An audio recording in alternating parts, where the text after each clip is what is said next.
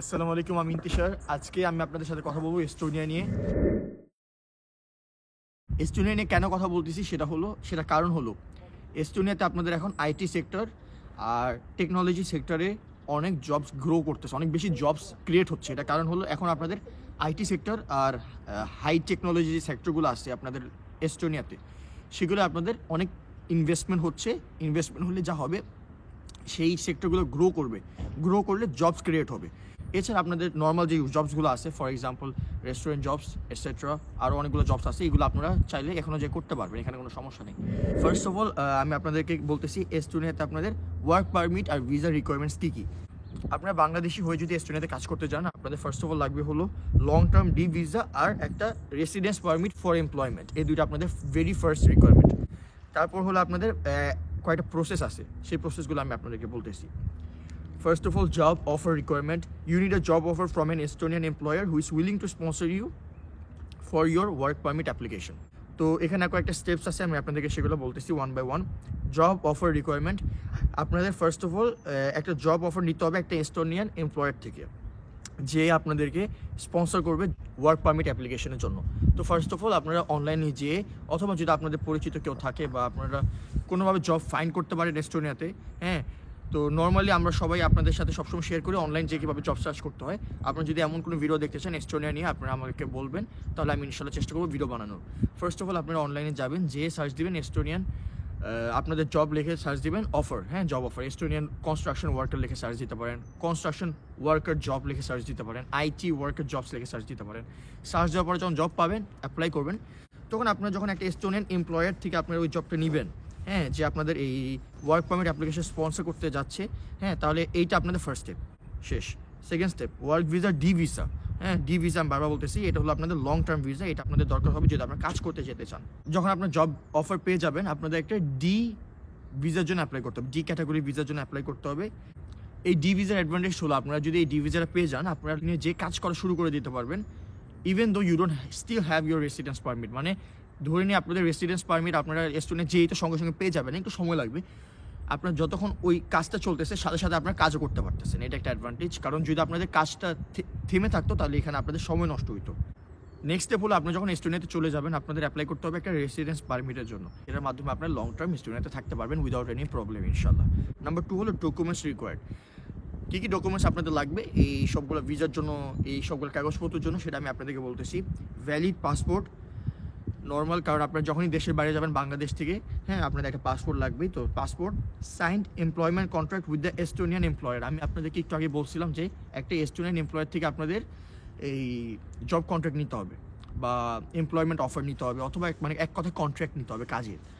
তো আপনাদের সেই কাজের কন্ট্রাক্ট একটা সাইন যে থাকবে, ওই কন্ট্রাক্টটা আপনাদের লাগবে ডাইরেক্ট, হ্যাঁ। দেন আপনাদের লাগবে হলো প্রুফ অফ কোয়ালিফিকেশন। আমি একটু আগে ভিডিওর একদম স্টার্টে বলছিলাম যে আপনাদের স্কিল্ড ওয়ার্কারদের জন্য এখানে অনেক ডিমান্ড আছে। তো যারা যারা আপনারা স্কিল্ড আইটি সেক্টরে কাজ করতেছেন অথবা টেক সেক্টরে কাজ করতেছেন, আপনাদের জন্য অনেক ডিমান্ডস আছে।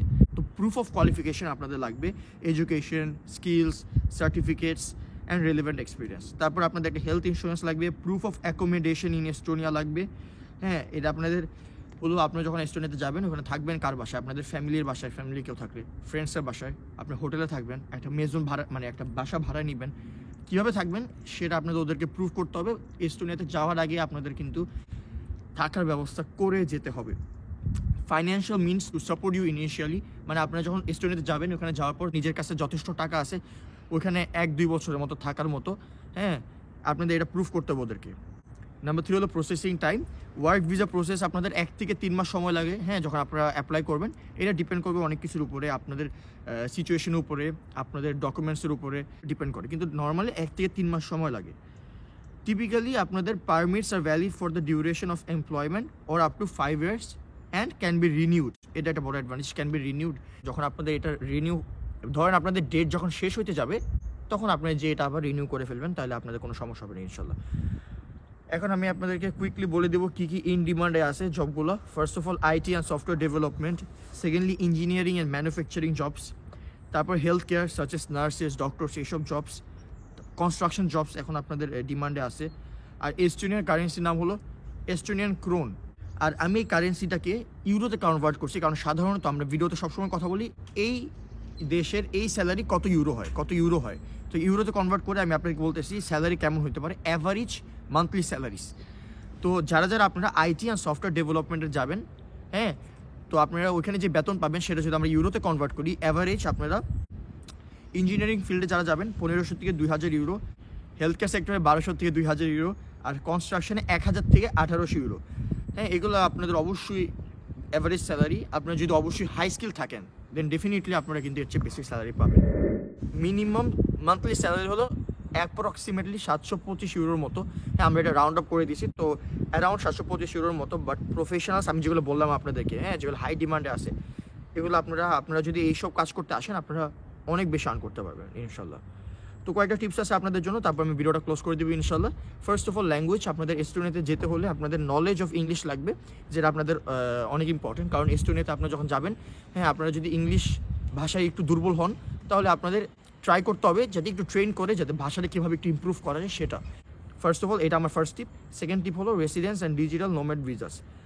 Estonia offers a digital nomad visa for remote workers, which can be another option for those who want to work for non-Estonian employers while living in Estonia.